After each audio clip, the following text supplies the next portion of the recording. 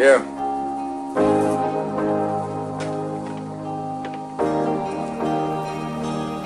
Am Ende unseres Lebens bleiben wir alle stehen, bleiben alle schauen hoch nach oben in die Wolken und wir sehen die Schatten, die mit uns ziehen in unsere eigene Welt, wo alles in sich zerfällt. Wer zählt sich hier noch als Held? Keine Gefühle sind hier ernst gemeint und jeder dieser Menschen hier auf Erden übertreibt. Sie denken alle, dass sie es schaffen jetzt, doch werden es nicht packen, sie machen es erst und lassen es. Sie bleiben unten wie die Vögel am Boden, wenn ihre Flügel gebrochen sind.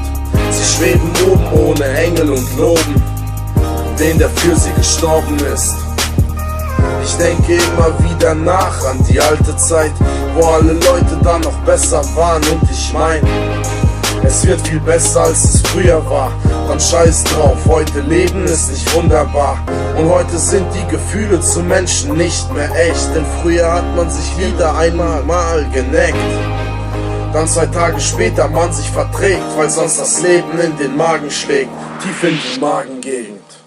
In einer Magengrube leben wir hier und keiner nimmt die Geschehnisse ernst. Obwohl ein jeder Mensch hier weiß genau, wir leben morgen in einem viel schlimmeren Traum. Guten Morgen, die Sorgen, sie borgen sich wieder Mahlzeit. Kein Mensch ist bereit zu siegen, zu siegen. Alle Schriften, sie bleiben ein geschlossenes Buch, geschlossen, da man gar nichts tut. Und jeder Mensch denkt hier nur an sich, denn die Gefühle, als wissen sie's nicht. Und keiner dieser Menschen hat noch ein Leben in sich. Man lebt mit irgendjemandem, den man nicht kennt, in sich. Er bleibt einfach gehemmt, denkt nur ans eigene Leben. Er denkt, er ist der Beste, doch was ist dann der Segen? Wie ist, wenn Leute denken, sie wären was Besseres als ich, dabei nichts sind und ich auch ein Nichts? Das heißt ganz deutlich, ja, man fickt sich selber, man hält sich selbst als Held, doch ist es Held, ist Helfer.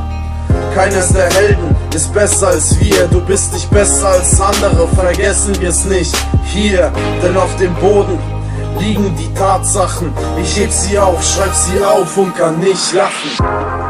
In einer Magengrube leben wir hier und keiner nimmt die Geschehnisse ernst. Obwohl ein jeder Mensch hier weiß genau, wir leben morgen in einem viel schlimmeren Traum. Guten Morgen, die Sorgen, sie borgen sich wieder Mahlzeit. Kein Mensch ist bereit zu siegen, zu siegen.